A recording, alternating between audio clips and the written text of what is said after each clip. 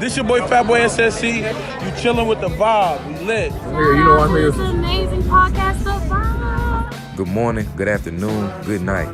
This is Micah B, and you in the mix with all the vibes. All right, welcome back, everybody. Good morning, good afternoon, or good night, depending on wherever you are. You're welcome back to All the Vibes. This is episode 4. Yeah. Episode 4 of our first season, man. Once again, my name is Micah B, but everybody calls me Mike. What up? It's your girl YB, also known as your fly as Auntie. What's up? It's your man, cameraman Chris. Yeah. DJ P Swag, Tony in, y'all already know what's going on. And we got a special guest in here today, man. We got our first spotlight. I'm gonna let him introduce himself real quick. Go ahead. My name is Yasir. I'm the founder of Tamir Pruitt Foundation, a nonprofit organization that specializes in mental health. Yes, sir. So, he already said it. The big thing that's coming in today, I was listening to actually Big Sean's new music. He dropped 2 songs. One was called Overtime, and the other one was called Single Again, I believe. If you heard both, you kind of know that Big Sean was kind of talking about taking a step back, and he really found himself. He even mentioned he broke to his bottom, and he really rebuilt himself back up. And even in the song Single Again, he talked about, just being outside a relationship and loving yourself and being in that element. So I feel like it was a perfect lead-in to our first spotlight, which is why I see it here, and that's the mental health, especially in the Black community. And I think this is a perfect platform, all of us, not just for music. But I'm letting him kind of explain and tell his whole story and the meaning of his foundation. We're going to dive right into it after that. So you got it, bro. All right, bet. We are a nonprofit organization dedicated to bringing awareness to depression by educating society of mental illness. Around 2 years ago, my girlfriend ended her life by suicide, and it was therapeutic for me to start and spread awareness for depression. Yes, sir.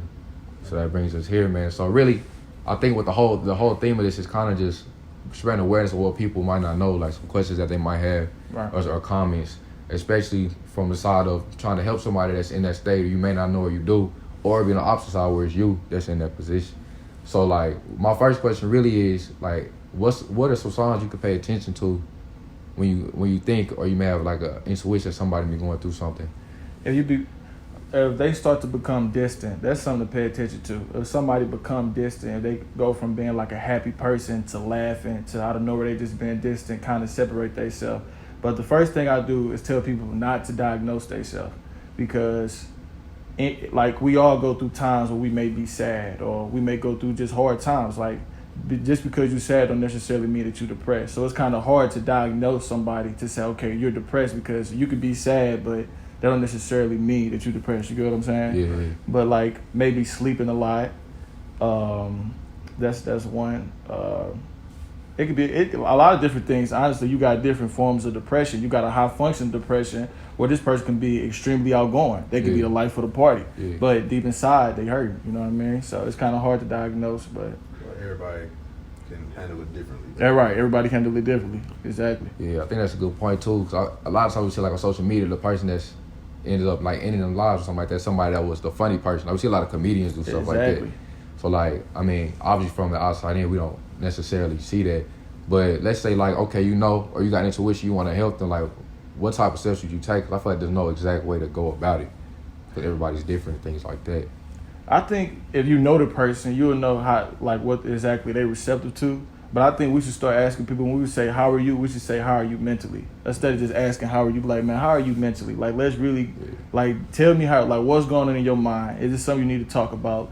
And let the person know that you're there for them. You know what I mean? If you may not understand that person completely, okay, but let me put you in the direction to somebody that will understand you. Yeah, that's real cool. And on the opposite end of that, how do you feel like somebody that's actually going through depression, if they don't feel like they have anybody to reach out to, what would you suggest for them on people they can talk to, or resources that they can use? Somebody to send for them to talk to, or the person that's going through depression themselves. If they feel like they're just alone, or they don't have anybody to talk to, is there any safe resources for them to reach out to?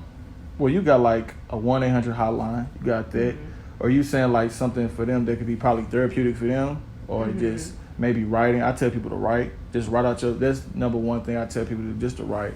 Just write out your feelings first. Even if you don't feel comfortable talking to somebody. But say if you on a college campus, the first place I send people to is to a counselor. You get 8 free sessions in Missouri State. like mainly throughout Missouri at the universities. You get 8 free sessions throughout the semester. But right, that's the first thing I say is right. I probably give them like the 1-800 hotline number, or they can talk to me. So like, since we are on campus down here, or from St. Louis or the Kansas City area, a lot of people do come to me. So like, I'm one like you. I tell people you can come and talk to me, and I could probably lead you in the right direction. So I think it's also different, especially like the black community, because a lot of people kind of see going to a therapist is like, why do I need to go to a therapist? Like, it's not a good choice or something like that. We got to break that stigma on therapy. That's for the first thing. We need to break the stigma on therapy, because like, we need it. Like, I can say for myself, therapy is extremely therapeutic, and you don't necessarily got to be depressed to go to therapy. You go to talk to somebody just about anything. Like, this person, it's not that they don't care, or it'd be more empathetic than sympathy. So they just listening. Like, they don't necessarily have to. They not nonchalant. Of course, they're not gonna leave her and be like, "Dang, what they got going on?" But they there listen. So black people, we need to break that, because honestly, we hurting the most right now, and we've been hurting the most. So that's something. And black people, we are 20% more likely to experience a mental illness than any other ethnicity in the world. So, and it makes sense. You could just think about people in the hood, the trauma and the traumatic situations people going through. You waking up with a friend and they killed the next day, or your closest friend in jail. So you got a lot of that trauma, and a lot of people be mentally ill. But like, you got like the dude that just killed in El Paso, him. They say he mentally ill, but it's a brother in the hood that's mentally ill too. He really sick. He losing his friends every day. He don't know how to cope with that. Yeah. I think that's big too, because I feel like in American standpoint, anytime a black person involved in something that's a negative, they never tie it to like a mental illness. No, they don't. It's always like something that's happened before. It's just what they do. But as soon as like a white person, somebody of that race does something, there's a reason why. Like if it was a video game or something like that. And that, like when we see that, it's like, damn, they're not gonna give us a chance. Like, they don't give us a chance. We really be going through something. It's like, nah, that's not true. You black, this is exactly what you did. You knew what you was doing. The white person shooting people, which is happening all year. All year. It's just a different type of thing. But it's cool you said it, because I was looking at the El Paso thing too, and it was a guy that recorded it. It was a black man. He was there. He recorded it. Yeah, and like you could tell, like I'm not saying that he was, come wherever he came from, but he was more relaxed than anybody else. You see video like the white Hispanic people, they freaking out, but he's just kind of like, this shit. He normalized. Yeah, you know what I mean? Like, that's exactly what it was. Really crazy you say that, because we was at the club the other night, and like people was like freaking out, like because they thought people were going to start shooting, and us like. The people I was with were from St. Louis and from Kansas City, and we're just used to things getting shot up that we weren't even scared. We were like, why is everybody like freaking out? Yeah. Like we literally have become immune to it. Like we literally was not scared at all, because we just used to that, and that's extremely like problematic. Yeah, that's terrible. It is. I mean, I feel like, especially in that time, you be like, I mean, when you're used to it, like it's cool, like you might be relaxed, but in the long run, especially now, we see it now when you give awareness to it, how important that is. But then on top of that, I think another thing is that I've seen, like with my family members and things that I've gone through, or said they've been in like depressive states, stuff like that. People always just tell them it's gonna be okay. You know what I'm saying? Pray on it or something like that. And I feel like I understand like your intent on that, but I feel like without action, what does it mean? Like I tweeted the whole thing. And so my question to that is like, at what point, because you also have people that are very closed in, they don't want to open up, or they're so used to hearing, oh, it'll be okay. At what point, when you start to see some of those signs, do you just start to take action, or do you actually intervene? At what point, what is the midpoint on that?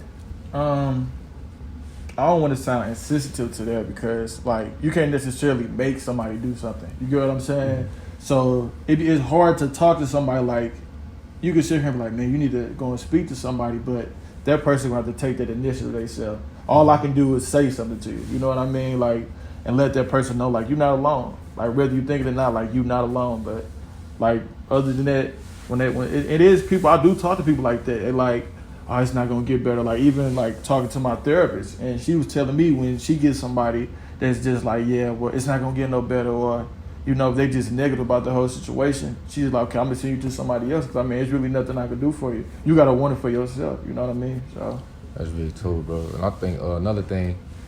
Now I start talking about it. A lot of shit to come real quick, but like I feel like, especially in the black community, for our age, our parents, the difference is crazy, because you can talk to your parents, they're gonna be like, nah, you're not depressed. But that era is completely different than ours. Oh yeah. You was told how to, get through it, no matter what. You know. No, it definitely was.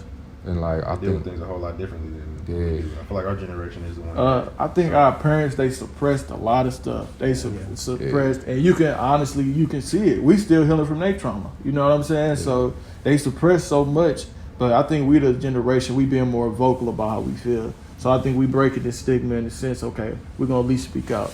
exactly. Yeah, something. And on top of that, I know a huge component in our generation really is social media. Yeah. Social media is I mean, it's so powerful. You know, it could either be a weapon, it could be either positive or negative on both sides. And it's just like, you know, you got people. It was crazy. I saw something on Facebook. A gentleman, he was posting, you know, on social media, on Instagram, my last meal, or he was posting just, you know, various things, and everybody on social media was kind of blowing it off. I think I've seen that. Yeah. And it was just like, you know, he committed suicide, and nobody took action. Nobody, you know, from the outside looking in, it didn't look like anybody was actually posting, you know, hey, if you need something, or posting some resources for him to be able to reach out or attempting to help him. I don't know his situation, but you know, it's just crazy how just seeing that on social media, and it just seems like nobody, you know, it's just another post that somebody's scrolling through. That is crazy, but honestly, I do see that a lot. Like when I see somebody cry for help, I definitely go and reach out to them. I definitely like, okay, here go a resource, or you can call me. So I think we all need to just get in a pattern of doing it. We need to make mental health like a regular conversation. Like it shouldn't be something we talking about on the podcast. Like we should just be sitting in the room, okay, how you doing mentally? Like so we could normalize the conversation. So I think more people should do that. Like when they see somebody, okay, here goes some resources for you. You know what I mean? Yeah, fast. I think it can be just the simple asking somebody how they doing. You never know what somebody going through. Like they have nobody asking them. You ask them, like they feel that comfort. Like damn, somebody might care. Like, well, shit, I'm going through something. Like I'm actually going through this, and that. And just because you ask, like that could save somebody. You know what I'm saying? I will. Somebody's life. But on the opposite side of that, on the downside, some people on social media do that thing for attention. Yeah. That's true. And you know That's what I'm saying? true. So like people that, you know, it's like a boy cry wolf thing. So you know, if you no, know somebody that's like that, you see somebody really going through something, you can be like, you know what? Nah, you on that same shit they was on, and they could really be going through things. So I don't really know if there's a question to that, but This one thing I will say, piggyback on what you were saying, really both of y'all. Most people who do commit suicide, they don't even talk about it. So like that's for when you honestly, it'd be people that you probably would never think of that commit suicide. So they don't necessarily cry for anything. They just kind of just do it. So it's kind of hard to. So when I do see people crying for help, I definitely want to reach out though. But some people, when they do get to that point, they just kind of do it. yeah, man, that should be sad. But I think going back a little bit, backtracking just a little bit about the different type of outlets of people. We was talking about like writing and everything. I think one thing about music that's good, a lot of people don't understand, when they go through a lot of things, we get the music and we like it, but that could really be somebody like they struggle. Like, you know what I'm saying? I think a big person I've seen that in, I like The Weeknd a lot. And like, you know, he goes back and forth with relationships and stuff, and we get music from him, and we like, man, this shit tough and it's sad, but that could really be in somebody's life, you know what I'm saying? And things like that. Poetry, I think, is a big outlet. Even Poetry, people, definitely. I feel like people got their own outlets. I like to play basketball, you know what I'm saying? Not just to play, but sometimes if I get something on the mind or something like that, I just go. Because it kind of clears your head and things like that. So I know you touched on outlets, but would you say that everything can be an outlet? Like there's no like certain path for it? Whatever fits you. You know, if somebody rapping, maybe that could be an outlet. Or Yeah. working out. I know some people like to work out, run it, or going to work, or just talking to family. Anything could be an outlet, depending on the person. Honestly, Yeah. that's true. I feel it's big too, man. So like kind of flipping to the other side, not know so much as from the outside looking in, but from the inside, I think there's a lot of people that hopefully watch this, or in general that don't want to talk about it, or feel like they don't need to, or feel like nobody's gonna listen. Besides those outlets, what would you suggest to them, like for not only like I think we talked about hotlines too already, but what would you suggest to them people that just don't want to, you know, open up and they're just secluded to themselves? Like, would you suggest anything specific? They're just secluded. Like, man, it'd be kind of hard to just, like I said, it's just kind of hard to, if you don't want to, like maybe writing or something. That's why I say, like, if you can't really force somebody to do anything. You know what I mean? But I got something on Tamir Pruitt Foundation.com. It's called The Pay You Click You're Not Alone. You can tell your story and just like read it. And I think just reading either, you know, that's cool. That's something too. Like just kind of express your story, confidential. So, but if somebody just secluded to themselves, they don't necessarily want to talk to nobody, or it's kind of hard to tell them what to do. Like you gotta want their help, you know. So if you do feel like that, please understand that you are not alone and you're not the first and you won't be the last. And there's people out here that do understand you. Mm-hmm. So like take that initiative for yourself and know that like I'm here and a lot of other people are too. In that same token, I know we're kind of talking about, you know, preventative things that people can do, but I also know like a lot in the industry, like, you know, even in the music industry, just in the industry period, a lot of these, you know, celebrity figures, they turn to drugs to try to cope with, you know, some of the things that they're going through.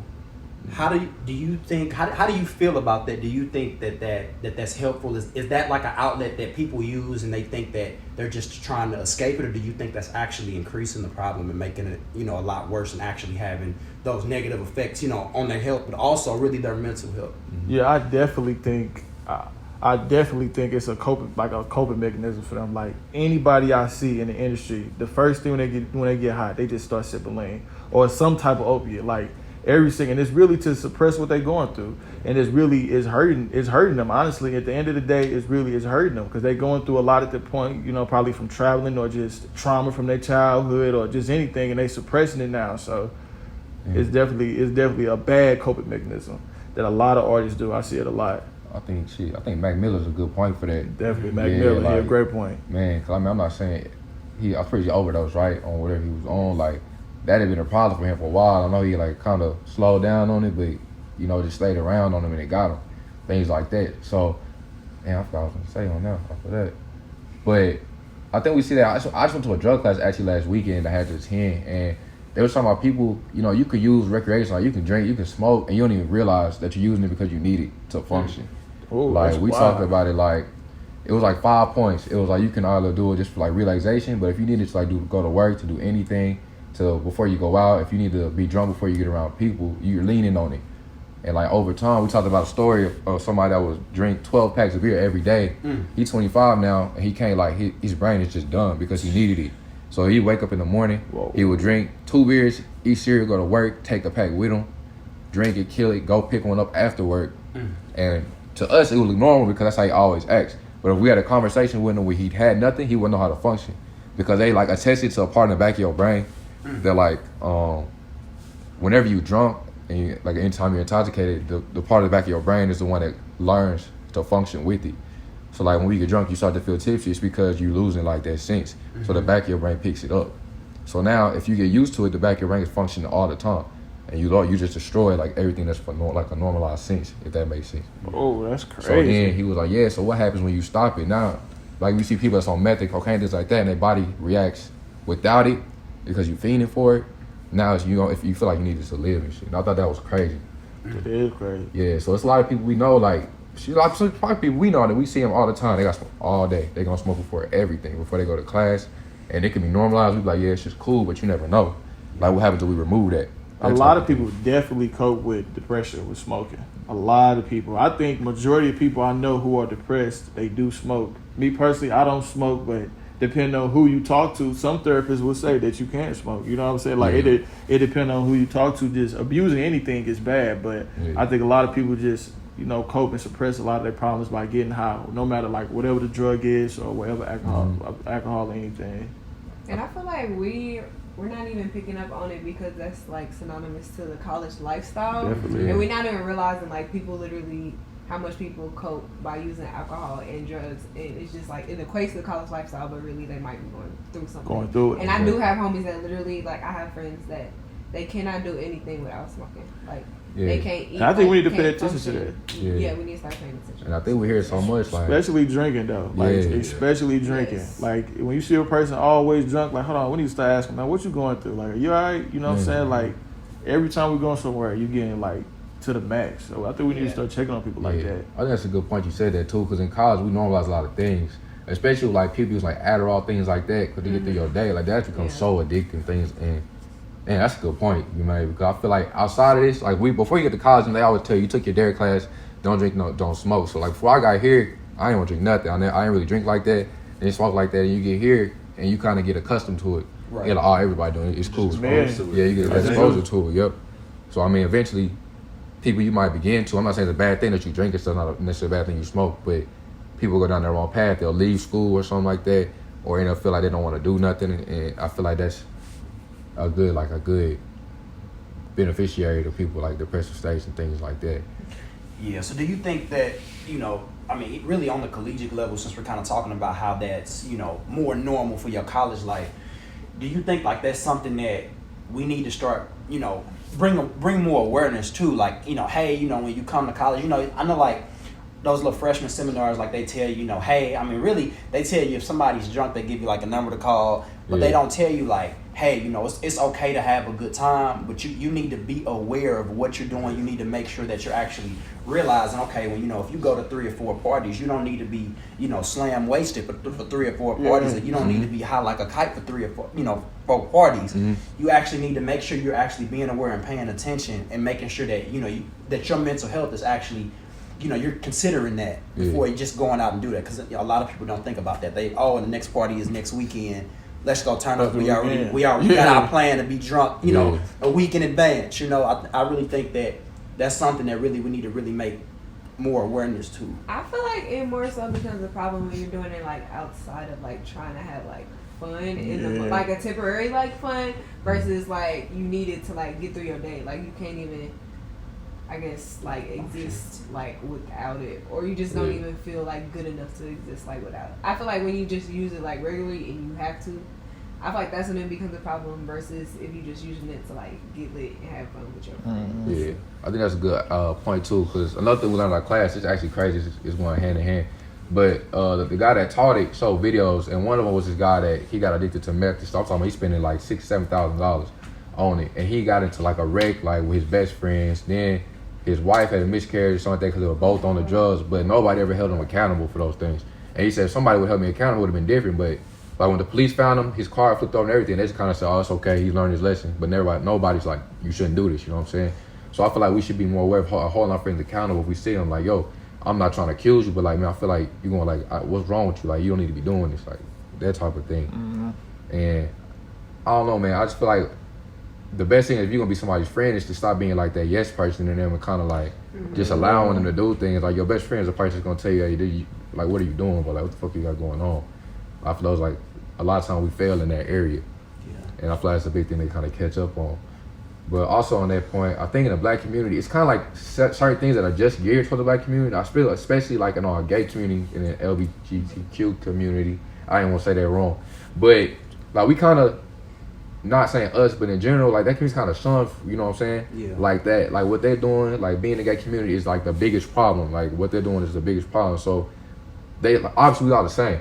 Right. So like the rate at which people are getting killed in that community and the rate people who are committing suicide, I'm pretty sure it's got to be high too. High. Yeah, it has to be high. So I feel like sometimes with black people, we kind of segment certain people out because they're different than us, like because they don't believe the same things we do, but they going through the same shit we go through. Definitely. So I feel like we have to make sure we're not, disincluding somebody just because we don't necessarily agree on the same thing. I think we should definitely go to like seminars of inclusion with the LGBTQ because we definitely lead them out a lot. And they still, like you said, they go through a lot of similar things, everything. They still black or, Yeah, and then you add that they're still human, you know what I mean? So yeah, I feel that's another thing for the older community too. Like you got parents, like obviously our parents come from that different community, like they don't want to talk about it. Like for example, like you might have a cousin, and your mom is like, oh, your cousin's friend here, like, but that's like their whole wife or something like that, their whole relationship. Like, they don't even acknowledge you know what I'm saying? It's like, you get around them, like, damn, this awkward. Like, they ain't gonna acknowledge this thing. So I feel like it's even cool to bring our parents around, like, have, like, just kind of sit down with them, invite them to things, like what you got, like, what you got for Tamir and things like that. Just so they can kind of be aware, too. Like, I'm not necessarily knowing you're doing this on purpose, but you could be adding to a problem that you don't even know. To be extremely insensitive. That's for one, like, extremely insensitive. Yeah.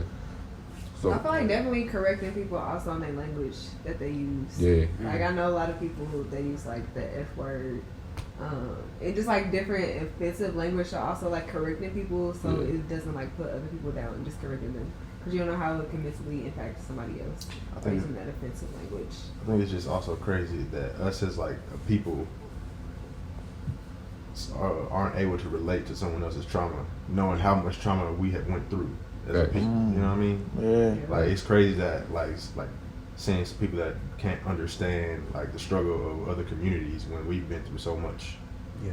In fact. Yeah, I feel like that a lot. Yeah, I feel like it goes back to people like, especially like celebrities wise. Kanye West. I was yeah, about to say that. yeah, Like yeah. he really upset me. Like Yeah, and I love Kanye, bro. That's like my favorite rapper, like old Kanye. But he lost it. I feel like after he lost his mom, it's just like kind of switched. I don't know what year that was, but ever since then, it's just been like a complete opposite person. Yeah. And like, shit, anybody lose your parent, I'm like, I would never say that on nobody, but that's what you know. You know what I'm saying? Yeah. So you lose that guidance, and then it just you don't even deal with it, and you seen it through him. Now we don't know what kind doing. He doing whatever you want to, supporting other people. But I think even in a celebrity sense, I feel like we think people get a lot of money, and obviously money don't cure everything. But I feel like the more money you had, like that more problems. I mean, it's a song too, but that's real though. Like a lot of people get money, but it don't solve anything. Like in the end, it may give you like a temporary happiness. Like we all get paid sometimes. You like, all right, it's cool, but it's hard to manage. Yeah. And that management becomes that can get suppressive, bro. That can. Right. And then also with that celebrity that they get, I feel like that can increase whatever mental issues they got going on already. Yeah. And it amplifies it to basically the people, and they get openly criticized on a lot of those things. Like you said, money doesn't cure everything at all. That's one thing a lot of people say to me though. Like they think, it's crazy because a lot of people like, well, if you was rich, your problems would be solved, which is not true. Or you won't be depressed if you're rich. That's not true at all. Money and being happiness, them two do not equate at all. Them are two different things. Like money solve problems. Depression or mental illness, that is a chemical imbalance. Mm-hmm. So you could be filthy rich and you could still be depressed. Like a plethora of superstars or famous people commit suicide every year. Like, and, so it has nothing to do. Like that's one of the main things I talk about. I say depression is a chemical imbalance. It is a shortage of serotonin. It's in your brain. It's something that has nothing to do with your external world. So, man, that's a good point. I think another good person is like Whitney Houston too, and like her and Bobby. You see how like Bobby's still here. He kind of figured it out, but Whitney didn't necessarily figure it out. So like she lost. I mean, we lost her. We all know that. It's all those things like that. But I feel like when you get that money, it gives you an outlet to drugs you may not have had access to, and at a higher amount. Yeah, definitely. So like I'm not saying I ain't got the money, so I can't get it. But a rich person, you hear like them, they'll get caught with like $1,000 of cocaine, things like that. Like you got the money, so you gonna keep making it back. So it's like, fuck, I got it. Yeah. Here, like that type of thing. Yeah, so you're addicted. Yeah, you don't even think about it. Yeah. And it's from the outside, like I said, outside looking in. We listen to some music, like it's tell you like Future. Like I don't really know what's going on in the future if he actually going through things. But the more you listen to his music, like you really sit there, you're like, damn, this talks about drugs all the time. Yeah. A lot of people do that. You definitely gotta be going through something. something. You gotta be going through something, man. You gotta be going through something. Man, I'm still bumpy though, but like, come on, are you good? That type of thing. And another thing I seen last year, I was watching Beyonce thing on Netflix, like her concert, and she had mentioned a point where she was practicing for the Coachella show. I think she just had her twins, and even she like at the height, Beyonce at the top. Right. She had got her own state where she was like uncomfortable because you gained weight from me, and she had to get back in that physical shape. And just small things like that had like tore her down a little bit. Mm-hmm. So I feel like it's good for people to know they don't matter what level you at or how you get, like you're not invincible, like inevitable for these things. Definitely. And stuff like that. I think outside of that, I know you mentioned earlier talking about like if somebody wanted to post on your page, like whatever they're going through, like what else have you done like with your foundation? Like do you have like seminars and things like that too? Right. So I do have seminars. I had the last seminar I had was called If I Could Tell My Story, and it was basically a suicide awareness seminar, and it was me telling the story from my girlfriend perspective, but from a psychological point now. So like I say something like, if she says something in the message like I'm so sad and I don't know why, then I'll talk about that, or I'll talk about like the stages of somebody that go through, somebody that's suicide. You go through a stage, I'll just explain it. You go through a stage of being depressed, and that's just being unhappy, of course, being sad, to being oppressed, and that's being oppressed to like feeling alone. You know what I'm saying? And basically nobody around you understanding you to possessed. And when I say possessed, I don't mean like something demonic. I mean like you become possessed with the thought of killing yourself. So in the seminar I was explaining it, but I was showing like stuff that she was saying that could, like you could tell directly how she was going through those stages. And a lot of people who are suicidal, they do go through those stages of being depressed, oppressed, and possessed. Like it's not something they just wake up every day. It is impulsive, but they don't just wake up like, okay, it's something like over time to kind of lead to it. So I had another seminar, You Are Not Alone. So that was just like a resource seminar. That was very resourceful. Had like different other mental health nonprofit organizations, different counselors and psychologists that was there. So yeah. That's cool, bro. So outside of that, you got like anything that maybe coming up for you, or like another seminar or anything like that? Well, I got If I Could Tell My Story in September coming up at another university. I'm working on getting it down here at Missouri State. So that's something I'm working on. It's in the works right now. Hopefully mid-September. Other than that, December I'm having another one in St. Louis, and it's gonna be a workshop, like a mental health workshop, hands-on. So I basically it'll be like I have somebody stand up to present or to like show something that makes sense. Like, okay, I can't necessarily explain it. I'm still working on that right now, and a YouTube channel too. So a YouTube channel just split like what we're talking about now, but I'll be talking about on a daily basis. Yeah, that'd be cool, man. Well, I feel like this is why I wanted you to be the first one. Like when I first contacted you, because I feel like this is like the most important thing within the Black community right now. And I feel like what you're doing, like I just haven't had the chance to go, but to see like people posting and the feedback you got, I feel like was huge was for somebody, because I feel like somebody's gonna listen to this thing and catch something from it, whether it's for them or for somebody they know type thing.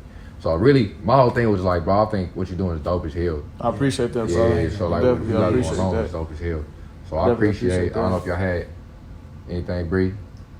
Is there any like words of advice or any words of wisdom or a message you would like to leave for the audience? Let me see. If you know somebody that's depressed, you may not understand them completely, but just be patient with them. And I say that's how you can help that person, or that's how you can be there the most, just being patient with them, because you might not understand them completely, but just be patient and let them know they're not alone. And please do not diagnose yourself. Please do not diagnose yourself. If you feel sad or hopelessness, please speak to a professional. And I'm here, and a lot of people are here, so you can reach out to me. Thanks. And can you follow? Plug all that. Can you follow the foundation page, Tamir Pruitt Foundation _ on Instagram? What's the website? The website www.tamirpruittmiracle.foundation.com. Yes, sir. You might say that again, because you said that fast, bro. Yeah. It's www.tamirpruittmiracle.foundation.com. Yes, sir. Yes, sir. You got any questions? That's what I was gonna say. Cool. We good?